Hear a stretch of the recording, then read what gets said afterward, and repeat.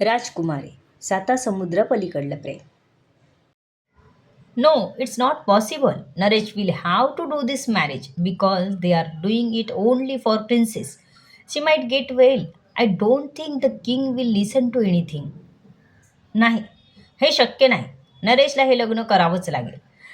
राजकुमारीला बरं वाटलं पाहिजे यासाठीच हे लग्न करत आहेत. किंग काही ऐकून घेतील असं मला तरी वाटत नाही. सूर्यबनला एवढं बोलून जॉर्ज तिथून जायला निघाला. सूर्यबनला काही मार्ग दिसत नव्हता. इथून पुढे जॉर्ज, मला फक्त एकदा किंग विल्यम्सशी बोलू द्याल का प्लीज, एक चान्स. सूर्यबाने शेवटचा पर्याय म्हणून जॉर्जला विचारलं. जॉर्ज विचार करत थोडा वेळ थांबला. सूर्यबानचा चेहरा बघून त्याला कळत होतं की नरेश या लग्नाला तयार नाही. सूर्यभानचं तर सँडविच झालं होतं. ओके, जॉर्ज म्हणाला. तसा सूर्यभानचा चेहरा खुलला. जॉर्ज मगून तोही चालू लागला. किंग विल्यम जवळ पोचले तेव्हा तो काहीतरी वाचण्यात मग्न होता. या दोघांची चाहूल लागल्यानंतर त्याने दोघांकडे बघितलं. किंग, सूर्यभानला तुमच्याशी काहीतरी बोलायचं आहे, जॉर्जने पुढे होऊन किंग विल्यमला सांगितलं. ओके, बोल. किंगने सूर्यभानला संधी दिली आणि आपल्या हातातला पेपर बाजूला ठेवला. तसा सूर्यभान अजूनच खुश झाला. निदान किंग आपलं ऐकून घ्यायला तरी तयार झाला आहे. त्याने किंगला वाकून नमस्कार केला. किंग, तो बोलायला जातच होता की एक दासी जोरात धावत किंगकडे आली. राजकुमारी, राजकुमारीला शुद्ध आले. कसलीही परमिशन न घेता ती धापा टाकत आत आली आणि त्याने विल्यम्सला सांगितलं होतं, किंग विल्यम्सला सांगितलं होतं. कारण किंगने तशी सगळ्यांना ऑर्डरच देऊन ठेवली होती. मी कितीही आणि कोणत्याही कामात असेल तरीही राजकुमारीला शुद्ध आली तर ते मला पहिलं समजलं पाहिजे. म्हणूनच तो दासी कसलीही पर्वा न करता किंग समोर उभी राहिली आणि राजकुमारीबद्दल सांगितलं होतं. ते ऐकून किंग खुश झाला. तो सगळं तसंच सोडून राजकुमारी मारियाच्या कक्षेत पोचला. खरंच मारिया उठून बसली होती आणि तिला खूप बरं वाटलं होतं. तिला शुद्धीत आलेलं बघून किंग विल्यमचे डोळे पाणावले. त्यांनी तिला आपल्या छातीशी घट्ट पकडलं, प्रेमाने गोंजारलं. राणीसुद्धा धावतच तिथे पोचली. तिने सुद्धा आपल्या कुशीत घेत घट्ट मिठी मारली. त्यांच्या मिठीतून बाजूला होऊन तिची नजर कोणाला तरी शोधत होती. तिला असं शोधताना बघून किंग विल्यमच्या लक्षात आलं की ती नरेशला शोधत आहे. किंग विल्यम्स बाजूला झाला. राजकुमारीला सूर्यबान सगळ्यात शेवटी उभा असलेला दिसला. त्याला हात करत तिने खुरीनेच नरेश कुठे आहे असं विचारलं. तसं सूर्यबानने त्याला मी बोलावतो असं खुणावलं आणि बाहेर आला.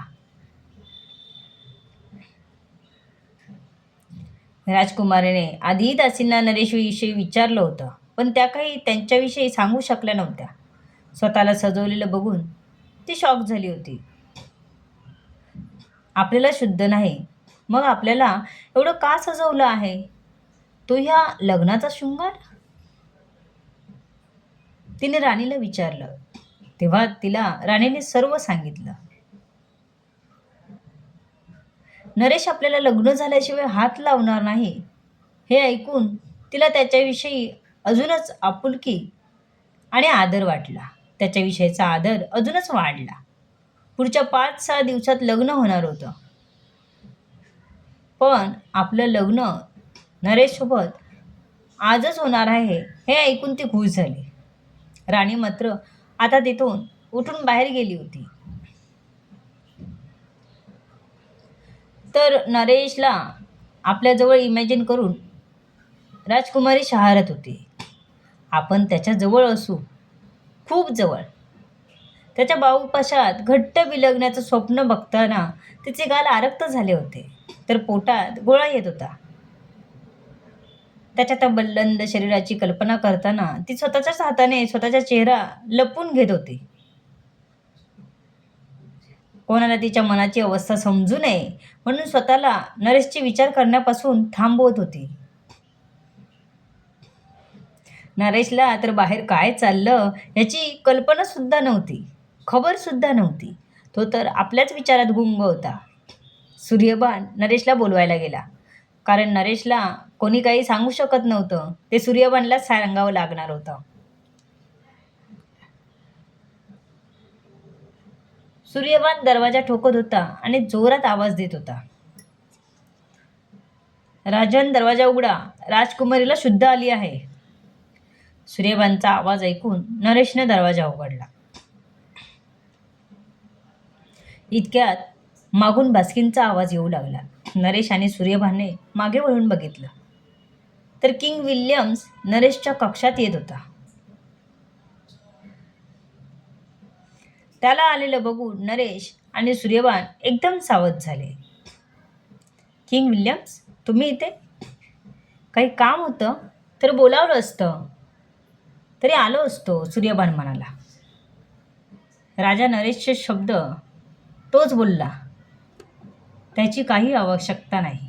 आता तुम्ही आमच्या मुलीसोबत लग्न करत आहात तर आम्ही एवढा मान देऊच शकतो तुम्हाला. या महालाचे तुम्ही जावई आहात.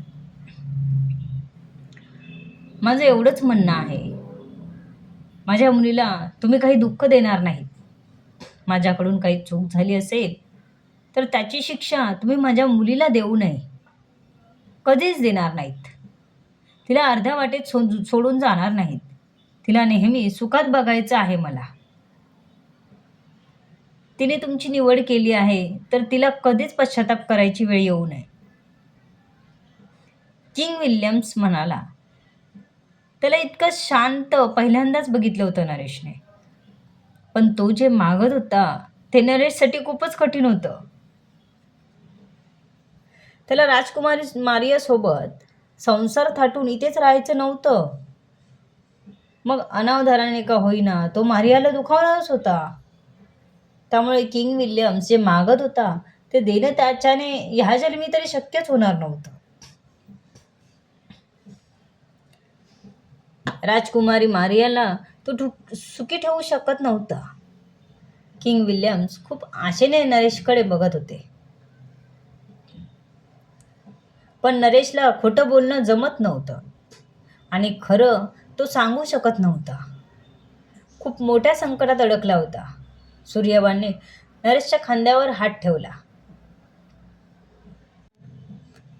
तशी एक नजर किंग विल्यम्सकडे बघत नरेशने मान हलवली. खूप जड गेलं होतं त्याला ते मान हलवणं सुद्धा. पण काय करणार, पर्याय काहीच नव्हता. हे ईश्वरा, मला मार्ग दे, तो मनातूनच देवाचा धावा करत होता. नरेशने मान हलवली तसा किंग विल्यम्स उठला आणि बाहेर गेला. राजन, तुम्हाला राजकुमारी विचारत होती, तुम्ही तिला भेटून घ्या, सूर्यबान म्हणाला. हो, मला तिच्याशी बोलायचंच आहे, नाहीतर हे लग्न होणार नाही, नरेश एकदम ठामपणे म्हणाला. कारण त्याने हतबल होऊन खूप विचार केला होता. पण आता काही गोष्टीत ठाम राहणं खूप गरजेचं होतं. ठीक आहे, तुम्ही जे सांगाल ते राजकुमारीपर्यंत पोचवेन, हे माझं वचन आहे तुम्हाला, राजन, सूर्यबान एकदम स्थिर आवाजात म्हणाला. कारण वचन देणं म्हणजे शब्दात बांधील होणं होतं. त्याला राजाला कोणत्याही संकटात साथ द्यायची होती, मग त्याने कोणत्या खाईत उडी का घातली असे ना. किंग विल्यम्सने पाठवलेले कपडे उचलून नरेश आणि तो तयार व्हायला गेला. दोघेही तयार होऊन बाहेर आले. कपडे बरोबर नरेश आणि सूर्यबानच्या मापाचे होते. पण हे कसं शक्य आहे? दोघांना चमत्कार वाटत होता. यांच्याकडे डोळ्यांनी बघून माप कळतं वाटतं, कारण त्यांचं माप घ्यायला कोणीच आलं नव्हतं. तर त्याचं असं होतं, जेव्हा नरेश आणि सूर्यबानचे कपडे दासी धुण्यासाठी घेऊन जायची तेव्हाच त्यांच्या कपड्याचं माप घेतलं होतं. खूप घाईत त्यांचे कपडे तयार केले होते, कारण अचानक लग्नाचा निर्णय किंगने घेतला होता. तयारी चालू असली तरी ऐनवेळी घाईही झालीच होती. नरेश ह्या कपड्यात एकदम रुबाबदार वाटत होता. त्याचं ते पिळदार शरीर आणि त्याचे ते कपडे एकदम फिट बसले होते. सूर्यवान जवळ आला. राजन, खूप छान दिसताय. खरं सांगू, माझीच नजर लागेल तुम्हाला. आज राजकुमार यांचं काही खरं नाही. आमचा राजविंडा राजा नरेश त्यांच्यावर भारी पडणार. गोरा रंगही पिका पडावा इतके छान दिसताय, सूर्यभान म्हणाला. झालं असेल मला चण्याच्या झाडावर चढवून, तर चल आता, मला तिच्याशी बोललं पाहिजे, नरेश म्हणाला आणि दरवाजा उघडून बाहेर जायला निघाला. सूर्यभान त्याच्या मागून धावतच बाहेर आला. दोघेही राजकुमारी मारियाच्या कक्षात जायला निघाले. आत अजूनही खूप लोक होते. मारियाला शुद्ध आले ऐकून सगळेच तिला खास बघायला आले होते. नरेश दरवाजातच आला तसे सगळेच उठून बाहेर जायला निघाले. राणी एलिझाबेथ आणि किंग विल्यम्स उठून उभे राहिले. राजकुमारी सुद्धा डोळ्यात कितीतरी स्वप्न घेऊन नरेशला बघत होती. तिच्या स्वप्नातला राजकुमार तिच्या समोरच अवतरला होता. त्याला किंगने दिलेल्या पोशाखात बघून राजकुमारी तर एकदम स्तब्धच झाली. तिची राजा नरेशवरून नजरच हटेना. ती तिच्याही नकळत 2 पावलं पुढे आली. खूप आवडून गेला होता नरेश.